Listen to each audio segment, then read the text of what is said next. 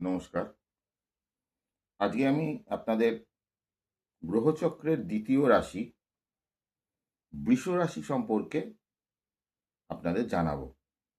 বৃষ রাশির এই বছরটি কেমন যাবে? তো বৃষ রাশির এই বছরটি শুভ বলা যায়। বৃষ রাশির জাতক জাতিকাদের জন্য এই বছরটি খুবই শুভ এবং এই বছরে তাদের কোটিপতি যোগ বলে একটি যোগ হয়, কোটিপতি যোগ আছে। অতএব এই বছরটি তাদের জন্য খুব শুভ যাবে বলেই মনে করা হচ্ছে। বৃষ রাশির গ্রহের অবস্থান, শনি পুরো বছরই মীন রাশিতে থাকবে। শনির সাড়ে সাতি বৃষ রাশির জন্য শুরু হবে 2027 থেকে, তাই সরাসরি এই বছর তাদের সাড়ে সাতি নেই, সরাসরি নেই। বৃহস্পতি 2রা জুন 2026 পর্যন্ত মিথুন রাশিতে থাকবে, তারপর কর্কটে যাবে। আর এই বছর তাদের রাজা হচ্ছে 1433 সালের রাজা হচ্ছে রবি আর মন্ত্রী হচ্ছে বুধ। তাই মোটের উপর এদের শুভ যাবেই বলে মনে করা হচ্ছে। কর্ম ও অর্থ কেমন হবে? আর্থিক উন্নতি, বিশ্বরাশির জাতক জাতিকার প্রচুর অর্থ উপার্জন করতে চলেছে এই বছর।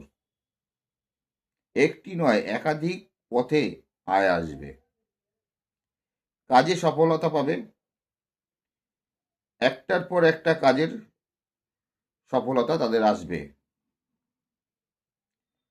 কর্মস্থল বিবাদ বিতর্কের অবসান হবে। আর্থিক দিক থেকে এই বছরটি শুভ। নূতন কর্মপ্রাপ্তির সুযোগও আসতে পারে। অর্থনৈতিক স্টেবিলিটি, ইনকামের স্টেবিলিটি এই বছর আসতে চলেছে। ব্যক্তিগত জীবন, বিয়ে ও সন্তান, বিয়ের ব্যাপারে শুভ যোগ আছে। এই বছর তাদের বিয়ের ব্যাপারে শুভ যোগ আছে বৃষ রাশির। যারা সন্তান নেওয়ার চেষ্টা করছেন তাদের জন্য বছরটি শুভ। প্রেম, দীর্ঘদিন একাকিত্বে ভুগছেন যারা, তাদের জীবনে হঠাৎ করে নতুন প্রেম আসতে চলেছে। নতুন করে আপনারা প্রেমে পড়তে পারেন। দাম্পত্য, কিছুটা দাম্পত্য সমস্যা ভোগাতে পারে, তবে সামলে নেওয়া যাবে। স্বাস্থ্য আর সাবধানতা কি অবলম্বন করবেন আপনারা? মেষ রাশির তুলনায় বৃষ শরীর ভালো যাবে।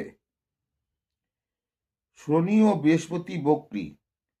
শনি 26শে জুলাই 10ই ডিসেম্বর 2026 এবং বৃহস্পতি 13ই ডিসেম্বর 2026 13ই এপ্রিল 2027 বক্রী থাকবে। এই সময়গুলোতে বড় সিদ্ধান্ত একটু ভেবে চিনতে নেবেন। কবে? 10ই ডিসেম্বর 2026 থেকে 13ই এপ্রিল 2027 এই সময় বক্রী থাকবে।